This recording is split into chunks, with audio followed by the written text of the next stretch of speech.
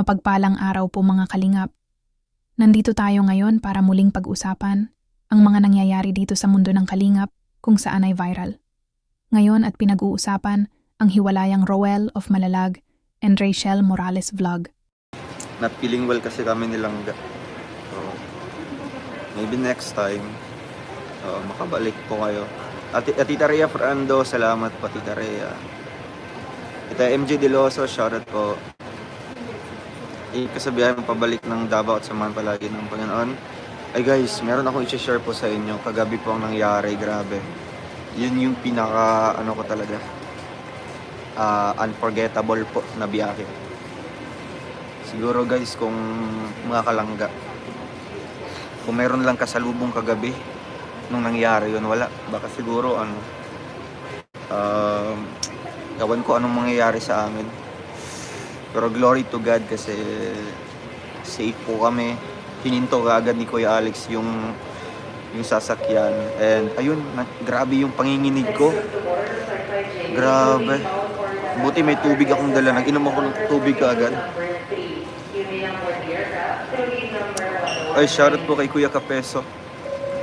Yan. Ano pong pagkain dyan, Kuya? Pahingi naman.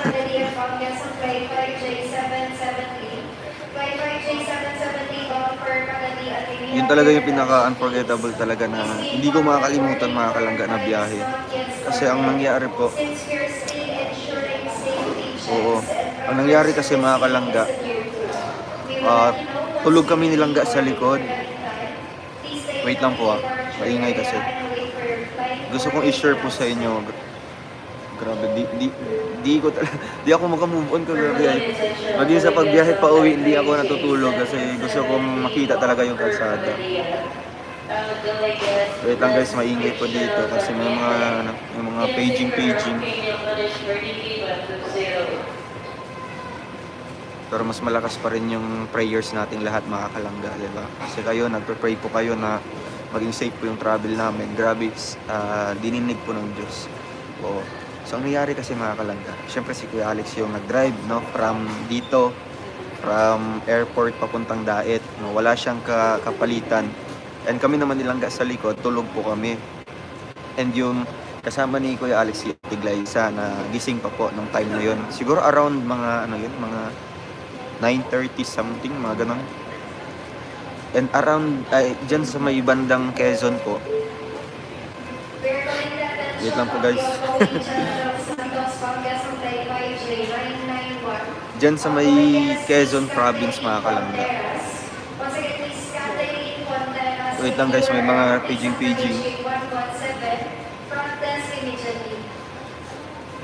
Doon sa may bandang Quezon, hindi kami nagmamalay. Biglang nahulog yung isang gulong doon sa putol na kalsada. Ate Christine Genesi, dami mga interruption. Dami interruption. Ay, sige po, rinig naman pala. Doon sa may bandang Quezon mga kalangga, nahulog yung isang gulong sa may likuran. Doon sa likuran po, sa may right side. Nahulog siya sa may putol na kalsada. And ang nangyari mga kalangga, lang siya, 2 lanes lang siya. And nung pagkabig ni Kuya Alex para makaangat na doon sa kalsada, biglang ewan ko anong nangyari kasi biglang tumakbo ng mabilis yung sasakyan. Baka naapakan niya yung gas. Naapakan niya. Nung pag-apak niya, may kasunod kaming nakasunod kami sa tricycle. So mabuti na lang po na iwasan ni Kuya Alex yung tricycle mga kalangga, no? Napunta na kami sa second lane, sa kabilang lane. And then ang nangyari mga kalangga, pa-zigzag na yung takbo namin. Talagang kasi naapakan niya yung gas. So nung pag-apak niya, parang nataranta siya. Hindi niya namalayan na naapakan niya yung gas. So mabuti na lang wala kaming kasalubong kasi kung may kasalubong kami nung time na yun, wala, siguro aksidente talaga mga kalangga. Ang medyo nakakaano doon kasi nga yung tricycle, ang bagal ng takbo, no, yun yung nasa unahan namin. Mabuti na iwasan ni Kuya Alex yun. Ang nangyari pa, si Ate Glycia nataranta din. Ang hinawakan niya yung kamay ni Kuya Alex, mga kalangga.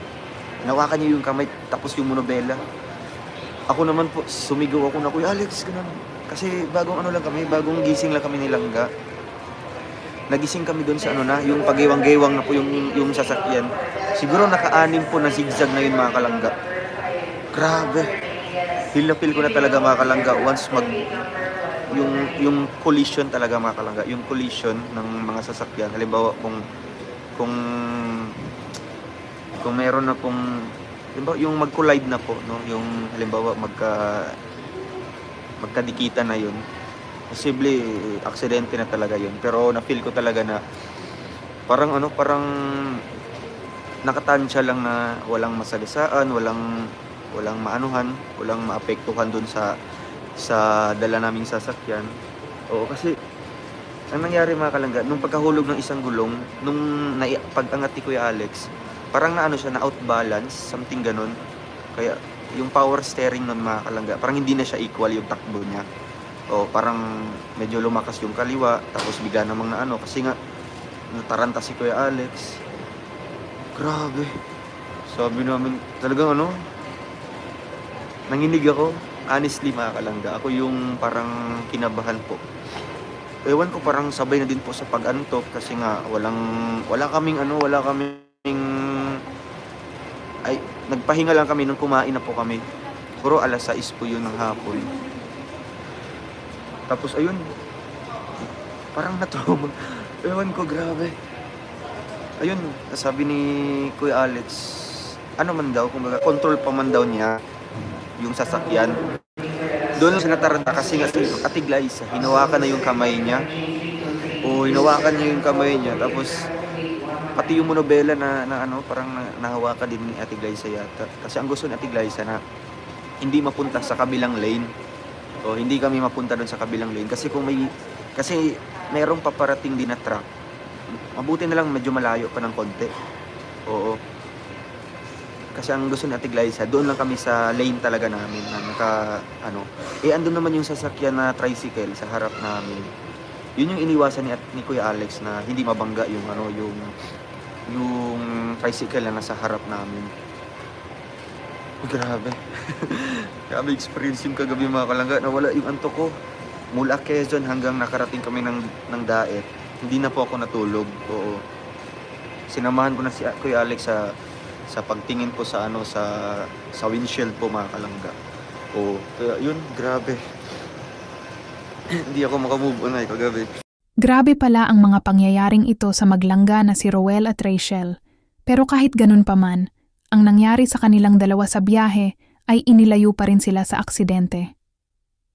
Iba talaga pag si God ang gumabay sa atin, hindi niya talaga tayo pababayaan. Patunay lamang ito na hindi kayang paghiwalayin si Dodong Roel and Langga Rachel.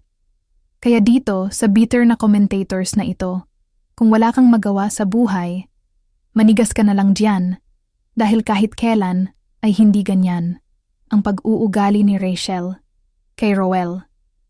Mahal nila ang isa't isa at hindi sila maaapektuhan ng inyong mga mapanirang komento.